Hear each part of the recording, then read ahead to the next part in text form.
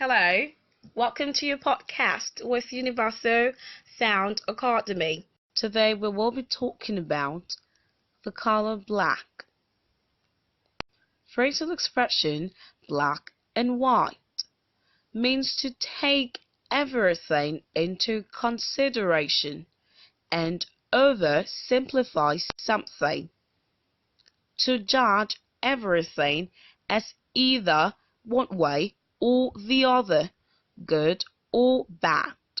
For example, our boss always thinks that everything is straightforward, but he doesn't realize that this whole situation is not as black and white as he thinks.